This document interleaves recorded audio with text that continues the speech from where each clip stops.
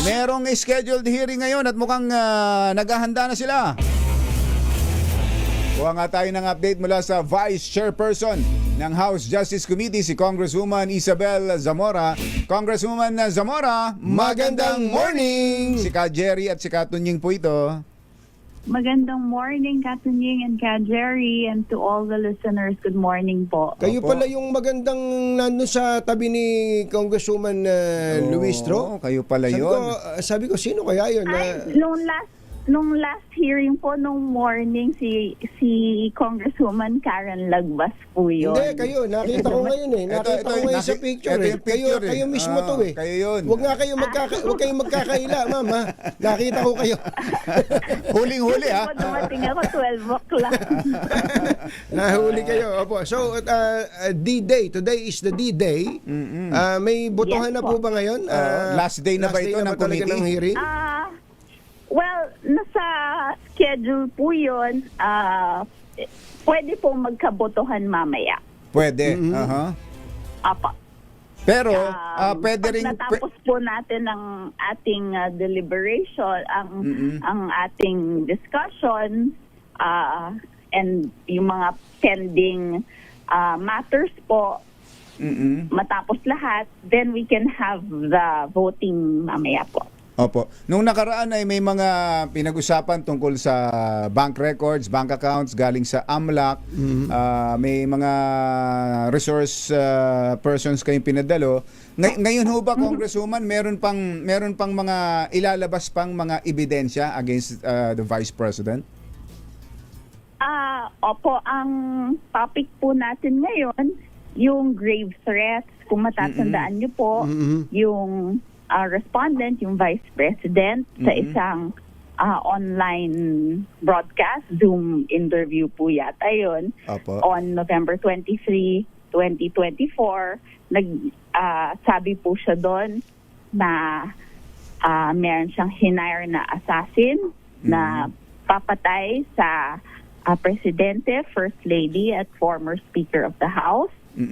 Kung siya po daw ay patayin, yun yung tinatawag po nating grave threat. So meron po tayong witnesses on that matter. Witnesses na part nung Zoom meeting na yon? Hindi po. Actually, it will be from the NBI. Pero okay. banggitin ko po sa inyo, that interview itself na napanood po ng madami sa atin, that is the best evidence na po nung ginawang grave threat. Yung pong tao na di umano ay kinausap ni VP Sara para i-execute yung anumang order na yon, natukoy na po ba yon o kailangan bang humarap pa yon to prove na meron talagang krimen na nagawa si VP Sara? Hindi po kailangan na ipresenta yung taong iyon na sinabihan o inutusan ng ating Vice President dahil po yung criminal action na ginawa niya, yung mismong pagsabi niya nung mga words na yon. So, hindi po kailangan na lumabas yung sinabihan niya. The mere fact na sinabi niya na may balak siyang papatay ang mga opisyalis na iyon ay a criminal act in itself. At kung hindi man natin sabihin criminal act yon, impeachable act siya in itself. Impeachable offense na po yun. Dahil sabi nga po natin, hindi dapat sinasabi yan ng isang Vice President or maski sinong official ng gobyerno, hindi po dapat nagsasabi niyan. Maski sinong tao, hindi po dapat nagsasabi niyan.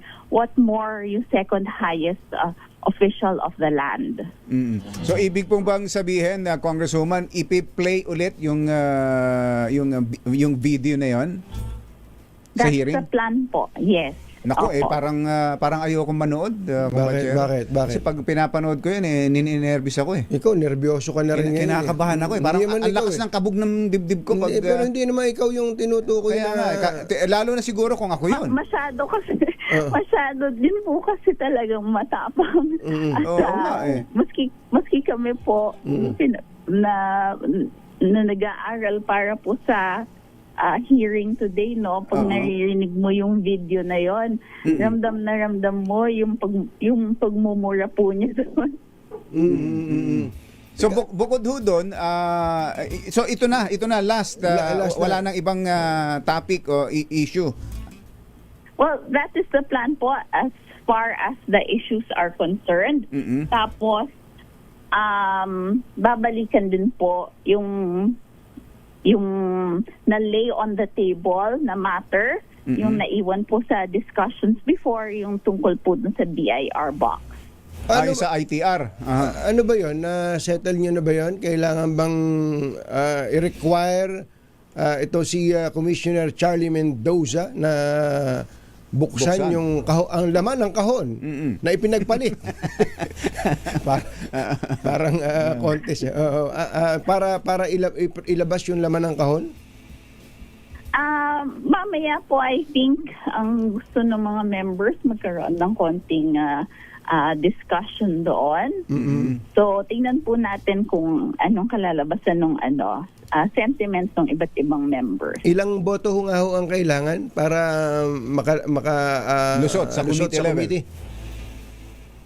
Sorry po, ilang boto boto po ang ng kailangan para makalusot sa Committee on Justice ito pong impeachment? Kailangan po natin majority vote. Which is how Ilan many po? warm bodies? Warm bodies, well, let me check po. Basta po ang members natin, 38. 38. So And then 50% we have, plus 1. And then we have may ex officio. mag-a-attend po, May ang ex mga officio pala kayo. yung mga DMLs, Oo. yung mga DS po. So mga 20 Yun plus po. yan. 20 Mga plus. 20 plus ang kailangan. Yes po. Opo. Teka muna. So, proseso lang. Pagka nakalampas na po sa Committee on Justice, dadalhin sa plenary, narinig nyo na ba yung o kaya kasama, total, nabanggit natin kanina, nakakatakot. Hindi ba kayo natatakot na in the event na pumirma kayo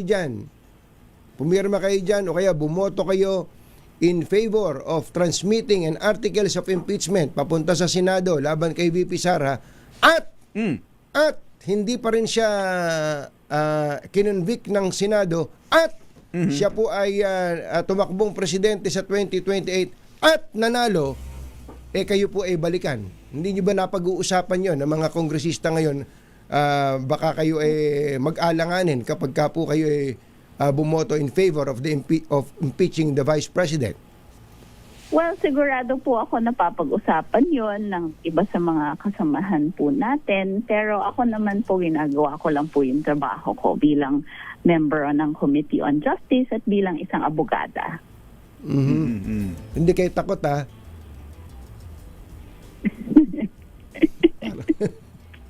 Hindi, mukhang hindi. We owe Natatakot it to we owe it to our countrymen po. Okay. Good luck po, Congresswoman. Nagpe-prepare Thank you. si Congresswoman. Baka nagpe-prepare pa kayo na almusal. Thank you so much. Thank you, Congresswoman. Thank you. Apa, Good morning salamat po. po. lahat. Salamat po sa inyo. Bye-bye po. Congresswoman Isabel Zamora, Vice Chairperson ng House Committee on Justice.